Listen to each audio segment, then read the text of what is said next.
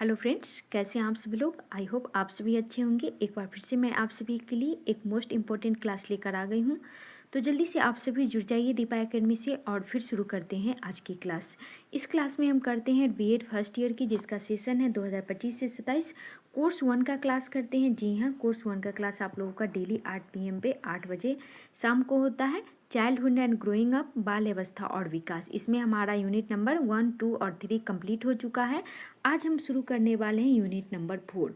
और कोर्स 1 का क्लास हमारा ये कौन सा है, 21 क्लास होने वाला है। और ये सभी यूनिवर्सिटी के लिए इम्पोर्टेंट होने वाला है। जी हाँ, अगर आप किसी भी यूनिवर्सिटी से है तो ये क्लास आप लोगों के लिए इम्पोर्टेंट होने वाला है। और यहाँ दीपा एकेडमी पर जुड़ के आप लोग बीएड फर्स्ट ईयर, जिसका सेशन है 2025 से 27, उसका क्या कर सकते हैं, आप लोग फ्री में अपना पूरा का पूरा सिलेबस की तैयारी कर सकते हैं। जी हाँ, यहाँ आप लोगों को दीपा एकेडमी इस चैनल पर आप लोगों का बीएड फर्स्ट ईयर का पूरा सिलेबस कवर कराया जाएगा। तो चलिए देखते हैं, आज हमारा पहला क्लास है यूनिट 4 से। तो क्या क्वेश्चन बन रहा है आज हमारा, देखते हैं। उससे पहले प्लीज़ सभी लोग क्लास को लाइक कर दीजिए, शेयर कर दीजिए, और जो भी इस चैनल पर पहली बार आए हैं तो प्लीज़ चैनल को सब्सक्राइब करके बेल आइकन प्रेस कर दीजिएगा। तो कोर्स 1 में टोटल 5 यूनिट है। आज हमारा चौथा यूनिट स्टार्ट होने वाला है, उसके बाद सिर्फ एक यूनिट रह जाएगा।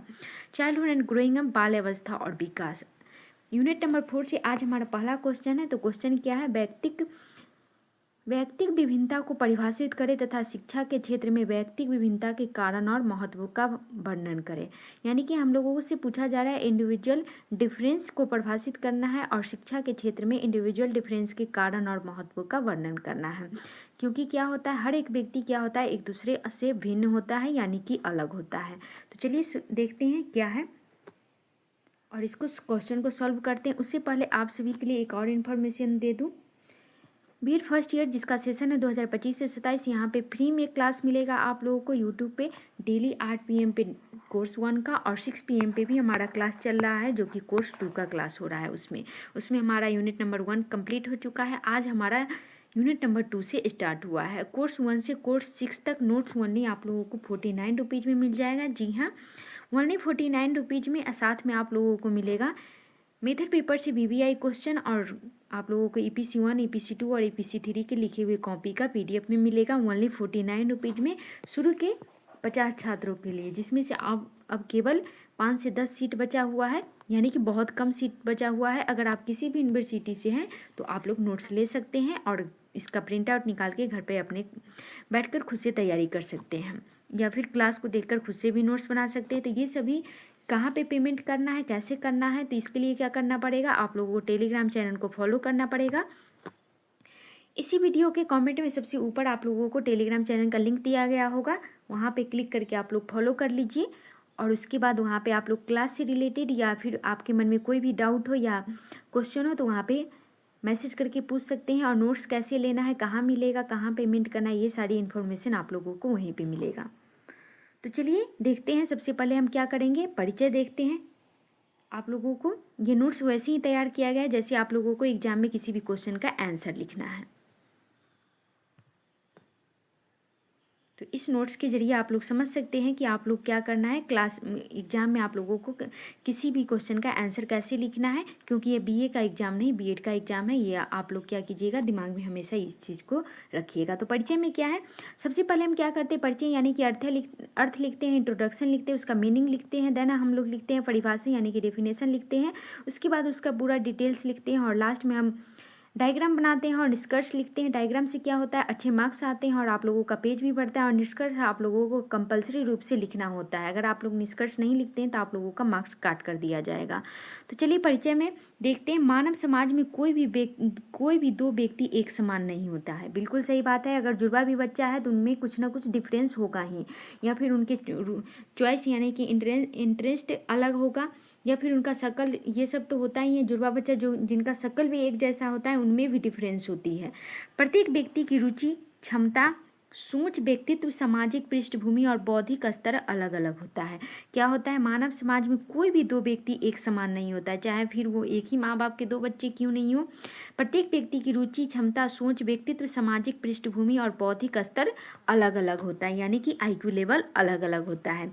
यही अंतर शिक्षा के क्षेत्र में वैयक्तिक विभिन्नता कहलाता है। इसी अंतर को हम क्या कहते हैं, इंडिविजुअल डिफरेंस कहते हैं। शिक्षा का मूल उद्देश्य प्रत्येक विद्यार्थी का सर्वांगीण विकास करना होता है। शिक्षा का मूल उद्देश्य क्या होता है? विद्यार्थी का सर्वांगीण विकास होता है, जिसमें क्या हो जाएगा? शारीरिक आ जाएगा, संज्ञानात्मक, भावनात्मक, सभी कुछ आ जाता है। इसके लिए शिक्षक को यह समझना आवश्यक है कि सभी विद्यार्थियों की आवश्यकताएं, सीखने की गति और रुचियां समान नहीं होती है। इसलिए अगर बच्चों का सर्वांगीण विकास करना है तो उसके लिए क्या करना पड़ेगा? शिक्षक को पहले बच्चे को समझना पड़ेगा, क्योंकि सभी विद्यार्थियों की क्या है? आवश्यकताएं अलग होती हैं, सीखने की गति और रुचियां अलग अलग होती हैं। व्यक्तिगत विभिन्नता को ध्यान में रखकर ही प्रभावी शिक्षण संभव है। इंडिविजुअल डिफरेंस को क्या ध्यान में रखकर ही क्या है? प्रभावी शिक्षण हो सकती है। आगे देखते हैं। आगे हम पढ़ने वाले हैं परिभाषा। इंडिविजुअल डिफरेंस की परिभाषा क्या है? तो आप लोगों को क्या करना है? परिभाषा 2-3 मनोवैज्ञानिक का नाम सहित याद कर लेना है। तो सबसे पहले हम किसके बारे में पढ़ेंगे? Crow and crow. Crow and crow ने क्या बोला था? व्यक्तिगत विभिन्नता वह विभिन्नता है जो एक व्यक्ति की विशेषताओं, क्षमताओं और व्यवहारों को दूसरे व्यक्ति से अलग करती है। इन्होंने क्या बोला है? व्यक्ति विभिन्नता वह विभिन्नता है जो एक व्यक्ति की विशेषता, क्षमता और व्यवहार को क्या करती है? दूसरे व्यक्ति से अलग बनाती है। आगे देखते हैं। आगे है गेट्स ने क्या बोला है? इन्होंने बोला है व्यक्ति विभिन्नता का अर्थ है दो या दो से अधिक व्यक्तियों के बीच शारीरिक, मानसिक, भावनात्मक और सामाजिक दृष्टि से पाई जाने वाली असमानताएं।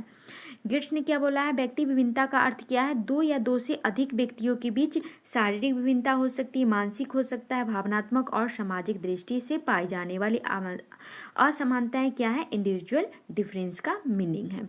सरल शब्दों में इसको समझे तो ये क्या हो जाएगा? व्यक्ति विभिन्नता का आशय है व्यक्तियों के बीच पाई जाने वाली जन्मजात व अर्जित असमानताएं जो उन्हें दूसरों से अलग बनाती हैं। इसमें जन्मजात भी आ सकता है या फिर वो खुद से अर्जित कर सकते हैं। असमानताएं जो उन्हें क्या करती है? दूसरे से अलग बनाती हैं। आगे देखते हैं। आगे क्या है? शिक्षा के क्षेत्र में व्यक्तिगत विभिन्नता का कारण। अब हम शिक्षा के क्षेत्र में इंडिविजुअल डिफरेंस के कारण पढ़ने वाले हैं। प्लीज़ सभी लोग क्लास को शेयर कर दीजिएगा। जो भी चैनल पहली बार आए हों तो चैनल को सब्सक्राइब कर लीजिएगा और सभी लोग क्या कीजिए? एक बार क्लास को सभी लोग शेयर कर दीजिए। तो हम पढ़ते हैं व्यक्ति विभिन्नता के कारण क्या है शिक्षा के क्षेत्र में। शिक्षा के क्षेत्र में विद्यार्थियों के बीच विभिन्नता के कई कारण होते हैं, जिन्हें हम निम्नलिखित प्रकार से समझ सकते हैं। तो पहला क्या हो जाएगा? शारीरिक कारण हो जाएगा। बच्चों की ऊंचाई हो सकती है, वजन, स्वास्थ्य, शारीरिक संरचना अलग अलग होती है। आप किसी भी बच्चे का समान रूप से नहीं देखिएगा। उनका ऊंचाई अलग होता है, वजन अलग होता है, स्वास्थ्य अलग होता है, शारीरिक संरचना अलग अलग होती है। शारीरिक कमजोरी वाले बच्चे पढ़ाई में जल्दी थक जाते हैं। जिनका क्या होता है? जो कुपोषण का शिकार होते हैं, जो बच्चे शारीरिक रूप से कमजोर होते हैं, वो मानसिक रूप से तेज होने के बावजूद अगर उनका शारीरिक रूप से वो कमजोर है तो क्या होगा? वो जल्दी थक जाएंगे। दूसरा देखते हैं। दूसरा कौन सा है? मानसिक व बौद्धिक कारण। नेक्स्ट पॉइंट क्या आ जाएगा इसके कारण में? मानसिक व बौद्धिक कारण। इसमें क्या हो जाएगा? किसी की बुद्धि तीव्र होती है तो किसी की सामान्य या मंद होती है। बच्चा किसी का IQ लेवल हाई लेवल का होता है, यानी कि क्या होता है? गिफ्टेड बच्चा होता है। किसी का सामान्य यानी कि जनरल हो जाता है और कोई हो जाता है एवरेज आ जाता है। तो बौद्धिक स्तर सीखने की गति को क्या करती है? प्रभावित करती है। किसी भी चीज़ को कोई बच्चा जल्दी समझ लेता है, कोई लेट से समझता है और कोई बहुत ज़्यादा लेट से समझता है। तो क्या करता है? बौद्धिक स्तर सीखने की गति को प्रभावित करता है। तीसरा पॉइंट क्या है? भावनात्मक कारण। इसमें क्या होता है? कुछ बच्चे भावुक संवेदनशील होते हैं जबकि कुछ कठोरा और साहसी होते हैं। बिल्कुल सही बात है। कुछ बच्चे क्या होते हैं? भावुक होते हैं, तो जल्दी ही रोने लगते हैं, संवेदनशील होते हैं, जबकि कुछ बच्चे कठोरा और साहसी होते हैं। भावनात्मक स्थिरता शिक्षा की प्रगति में सहायक होती है। क्या होता है? शिक्षा से ही बच्चे के अंदर भावनात्मक स्थिरता आती है, यानी कि वो अपने इमोशंस पर क्या कर सकते हैं? कंट्रोल पा सकते हैं। ये सभी किससे संभव होगा? तो शिक्षा से ही। आगे देखते हैं नेक्स्ट पॉइंट क्या है। नेक्स्ट पॉइंट हमारा आ जाएगा सामाजिक व आर्थिक कारण। परिवार की सामाजिक आर्थिक स्थिति बच्चों की शैक्षिक उपलब्धि पर क्या करता है? गहरा असर डालती है। क्योंकि बच्चे का आर्थिक स्थिति ठीक नहीं होगा तो बच्चे क्या करेगा? उस शिक्षा लेने में सक्षम नहीं हो पाएगा। ग्रामीण और शहरी परिवेश से आने वाले बच्चों में भी अंतर होता है, क्योंकि ग्रामीण क्षेत्र में क्या होता है? किसी भी चीज़ का सुविधा क्या होता है? सीमित होता है, और शहरी में उसे भरपूर मात्रा में सब कुछ उपलब्ध मिलता है। अगला पॉइंट क्या है? सांस्कृतिक कारण। क्योंकि हर एक बच्चा का क्या होता है, अलग अलग संस्कृति होती है, अलग अलग धर्म होता है और अलग अलग भाषाएं होती है। अलग अलग सांस्कृतिक और परंपराओं से पले बढ़े बच्चों का दृष्टिकोण क्या होता है, भिन्न होता है। भाषा, रीति रिवाज और मान्यताएं भी सीखने को क्या करती हैं, प्रभावित करती हैं। आगे देखते हैं, आगे है हमारा अभिरुचि एवं अभिप्रेरणा, यानी कि इंटरेस्ट और मोटिवेशन। इसमें क्या होता है, किसी को गणित में रुचि होती है तो किसी को कला में होती है। रुचि और अभिप्रेरणा सीखने की दिशा और गति तय करती है। अगर बच्चे को गणित में रुचि नहीं है और उसे कला में रुचि है तो उसे कला के बदले अगर आप लोग उसे गणित पढ़ने के लिए कीजिएगा तो वो बच्चा क्या करेगा, ज़्यादा देर तक पढ़ नहीं पाएगा, उसमें मन नहीं लगेगा। अगर आप उसे कला सीखने के लिए कहिएगा तो वो क्या करेगा, आनंद पूर्वक उसमें पढ़ेगा। तो रुचि और अभिप्रेरणा सीखने की दिशा और क्या करती है, गति तय करती है। आगे देखते हैं, आगे हम पढ़ने वाले हैं शिक्षा के क्षेत्र में व्यक्तिगत विभिन्नता का महत्व। अब हम इंडिविजुअल डिफरेंस का इम्पोर्टेंस पढ़ने वाले हैं। उससे पहले जो लोग भी क्लास को शेयर नहीं किए होंगे प्लीज़ क्लास को शेयर कर दीजिए और क्लास को लाइक कर दीजिए। जो भी चैनल पहली बार विजिट कर रहे हैं तो प्लीज़ चैनल को सब्सक्राइब कर लीजिएगा। अगर आप लोगों को नोट्स चाहिए तो इसके लिए टेलीग्राम चैनल को भी फॉलो कर लीजिएगा। वहाँ पे मैसेज करके आप लोग पूछ सकते हैं कहाँ पे PDF मिलेगा, कैसे लेना है, क्या करना है, पेमेंट करना है, ये सभी आप लोगों को इन्फॉर्मेशन वहीं पर मिल जाएगा। अगर क्लास से रिलेटेड, कंटेंट से रिलेटेड या BEd एग्जाम से किसी भी चीज़ से रिलेटेड आप लोग क्वेश्चन पूछना चाहते हैं तो उसके लिए भी वहाँ पे मैसेज करके आप लोग पूछ सकते हैं। तो शिक्षा में व्यक्तिगत विभिन्नता को समझना इसलिए आवश्यक है क्योंकि पहला पॉइंट क्या हो जाएगा, शिक्षण पद्धति का चयन। सभी विद्यार्थियों के लिए एक समान पद्धति प्रभावी नहीं होती है। विभिन्नता को समझकर शिक्षक विभिन्न पद्धतियाँ यानी कि व्याख्यान, चर्चा, प्रदर्शन, प्रोजेक्ट आदि का उपयोग करता है। क्या होता है, शिक्षण पद्धति का चयन करने से क्या होता है, सभी विद्यार्थियों के लिए एक समान पद्धति प्रभावी नहीं हो सकता है। विभिन्नता को समझकर शिक्षक विभिन्न पद्धतियों का अपनाता है, जिसमें से व्याख्यान विधि से पढ़ाता है, चर्चा करके पढ़ाता है यानी कि डिस्कशन करके, प्रदर्शन करके यानी कि विजुअल तरीके से, प्रोजेक्ट आदि के द्वारा क्या करता है, उपयोग करके बच्चों को पढ़ाता है। नेक्स्ट पॉइंट देखते हैं, आगे क्या है, दूसरा है पाठ्यक्रम निर्माण। इसमें क्या होता है, विभिन्न रुचि और क्षमताओं को ध्यान में रखकर लचीला पाठ्यक्रम तैयार किया जाता है। अभी के आप लोग NCERT की बुक में देखिएगा, बहुत सारे उसमें पिक्चर बनाए गए हैं। क्यों बनाया गया है, बच्चों को रुचियों की क्षमता को ध्यान में रखकर थोड़ा सा लचीला यानी कि फ्लेक्सिबल पाठ्यक्रम को तैयार किया जाता है ताकि बच्चे को उस पिक्चर को देखकर समझ में आए और विजुअल तरीके से समझे और आनंदपूर्वक उसको पढ़े। तीसरा है मूल्यांकन पद्धति। इसमें क्या होता है, प्रत्येक छात्र की सीखने की क्षमता अलग होती है, इसलिए मूल्यांकन में विविधता लाना चाहिए। क्या होना चाहिए, प्रत्येक छात्र की सीखने की क्षमता क्या होती है, अलग अलग होती है, इसलिए उनका असेसमेंट यानी कि इवैल्यूएशन, मूल्यांकन, आकलन में क्या करना चाहिए, विविधता लाना चाहिए। हर बच्चे का अलग अलग तरीके से आकलन करना चाहिए।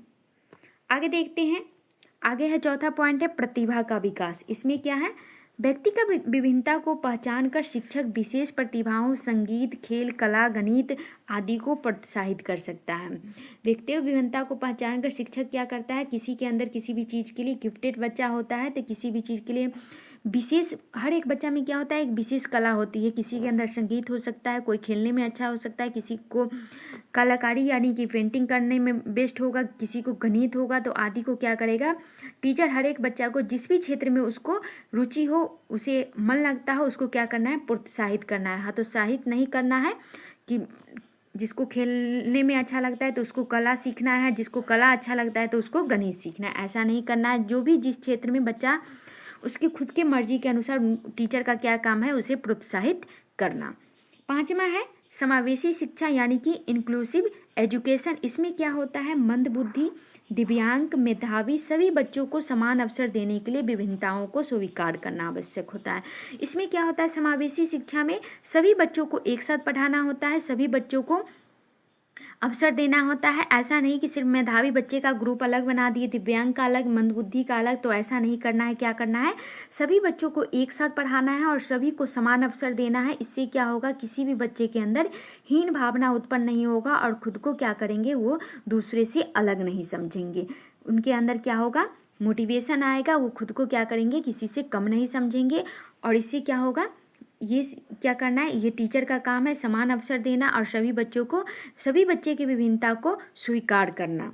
और छठा पॉइंट क्या है, व्यक्तित्व निर्माण, इसमें क्या है, जब शिक्षा व्यक्तित्व विभिन्नता के अनुसार दी जाती है तो प्रत्येक विद्यार्थी का व्यक्तित्व संतुलित रूप से विकसित होता है।